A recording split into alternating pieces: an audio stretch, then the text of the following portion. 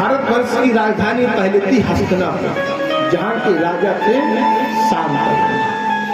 और राजा शांतनु जिस समय ब्रह्मा जी की सभा में पहुंचे और ब्रह्मा की सभा में गंगा को देखा। किसको देखा?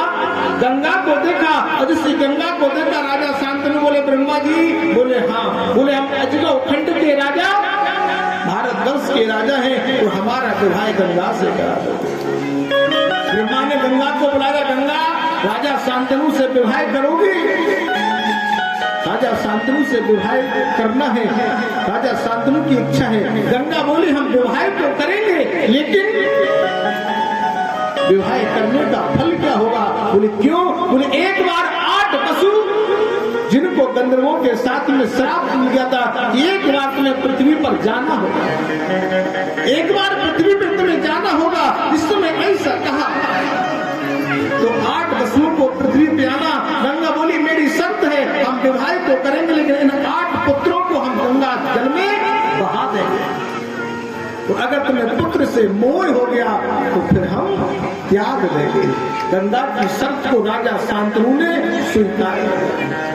गंगा का विवाह राजा शांतनु से विधि विवाह से हुआ, ब्रह्मा जी ने, और जिससे विवाह हुआ, विवाह होने के बाद राजा शांतनु के साथ अपने हस्तिनापुर में आए और निवास कर रहे हैं। इनके एक नहीं 8 पुत्र उत्पन्न हुए। पहला पुत्र का जन्म हुआ, गंगा ने गंगाधार में बहा दिया। दूसरे पुत्र को, तीसरे को, 7 पुत्र बहने के बाद जैसे अष्टम पुत्र को बहाने गई तो हस्तिनापुर के नरेश राजा शांतनु ने देवव्रत को रोक लिया, गोद में ले लिया। कहा गंगा मेरे राजपाट को चलाने के लिए 1 पुत्र की जरूरत है, तुम देवव्रत को छोड़ दो। और इसी देवव्रत को गोद में लिया राजा शांतनु ने। गंगा ने त्याग कर दिया, अपने धाम को चली गई।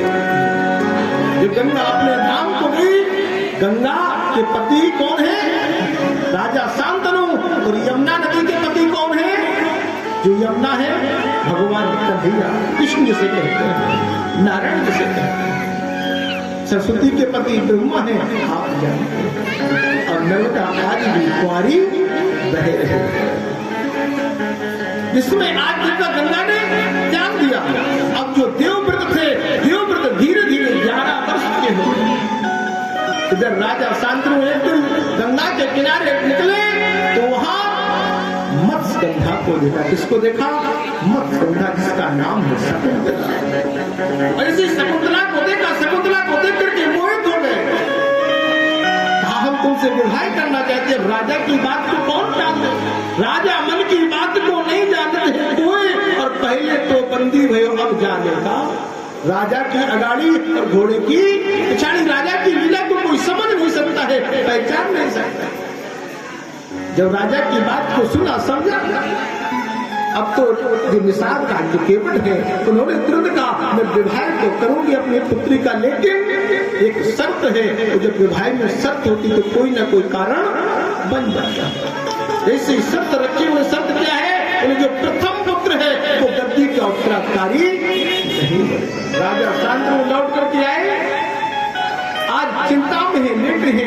देवव्रत पहुंचे, बोले पिताजी क्या आज्ञा है, क्या चिंता है, आपको क्या मन में भाव हो गया है, वास्तव स्वरूप क्या हो गया है? प्रभु इस लीलाधारी ने ऐसे बताया, नारायण ने ऐसे भाव को प्रकट किया। उसी समय भक्तवत्सल भगवान अपने विचारों को प्रकट कर रहे हैं, नारायण अपने विचारों को प्रकट कर रहे हैं। अब तो देवव्रत ने कहा अगर आपको दूसरा विवाह करना है तो हाथ में नीर लिया और कह दिया अगर मेरे पिता की सेवा की है मन से, मैं पितृभक्त हूँ, तो मैं आज से इस गद्दी का रक्षक बनकर के रहूंगा, लेकिन उत्तराधिकारी तीव्र प्रतिज्ञा कर रही है। इसलिए इनका नाम हो गया भीष्म पितामह। और देवव्रत भीष्म पितामह के नाम से जाने गए। और आज राजा शांतनु का विवाह मत्स्यगंधा शकुंतला से हुआ। शकुंतला से विवाह होने के बाद 3 पुत्र हुए, विचित्र वीर, विचित्र महल और 3 पुत्र होने के बाद अब इनका विवाह 3 रानियों से कराया। तभी तो एक रानी ने छोड़ के चली गई थी, तो श्राप दे दिया था जिस दिन तुम्हारी भीष्म पितामह मौत होगी तो एक अर्धनारी तुम्हारे सामने खड़ी होगी, तो तुम बार नहीं कर पाओगे। आज इसे देखा तो आज इनके प्रथम पुत्र शकुंतला के प्रथम पुत्र थे वेद व्यास जी, उनको बुलाया और वेद व्यास जी को बुला करके आज प्रथम नारी को भेज दो।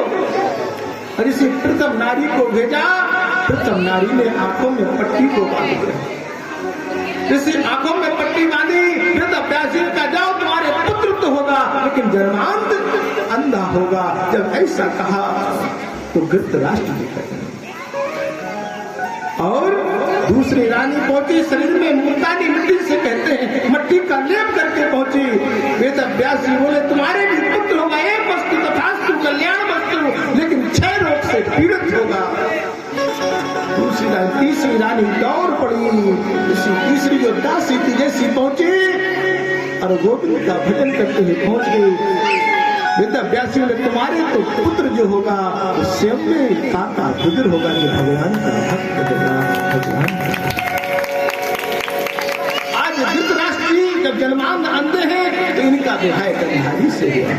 गंधारी ने भी कसम रख ली कि हम कभी किसी संसार को नहीं देखेंगे। इन्होंने पट्टी आंखों में बांध ली। अब राजा पांडु को बनाया और पांडु के भी क्या विवाह हुए हैं, ध्यान देना। जीवन में एक बात मैं बता दूं, जितने लोगों ने 2 विवाह किए वो जीवन भर दुखी रहते हैं। जितने लोगों ने 2 विवाह किए हैं वो जीवन भर दुखी रहते हैं। और जिन्होंने एक विवाह किया है वो सुखी है। ध्यान देना, जिसने एक विवाह किया वो सुखी, जिसने 2 विवाह किए वो दुखी, और जिसने 3 विवाह किए उसके यहाँ तो परम सुखी है। बोलो राधे। उसका भी कारण है, क्यों? एक विवाह करता है वो तो जीवन भर सुख रहता, लड़ता झगड़ता रहता, कैसे भी लेकिन रहता। तो हमारी दुबेगी जाना था। लेकिन दूर विवाह में देखो राजा शांतनु ने 2 विवाह किए, तो एक तो छोड़ के चली गई और दूसरे के पीछे पुत्र को राजगद्दी दिया गया। राजा शांतनु और राजा शांतनु के पुत्र हुए तो उनके जब संतान नहीं हुई तो विदुर हुए वेद व्यास जी के कारण। फिर इनके पुत्र हुए पांडु और पांडु ने 2 विवाह किए। पहला हुआ कुंती के साथ 3 पुत्र हुए। दूसरा विवाह किया माधुरी से नकुल और सहदेव हुए। लेकिन माधुरी का साथ जब किया तो शरीर का त्याग करना पड़ा, तो पांडु राजपाट भी नहीं चला पाए। और जब राजपाट नहीं चला पाए तो पांडु को राजपाट त्याग दिया। अब धृतराष्ट्र दोबारा से राजा बन गए। इधर युवराज दुष्ट हैं और पुत्र मोह में भूल गए। लीलाधारी की लीला, जब पुत्र मोह में लीलाधारी लीला को भूल जाते हैं तो आज तो दुर्योधन को भी युवराज घोषित कर दिया। अब जैसे युवराज दुर्योधन को बनाया और दुर्योधन को विवाह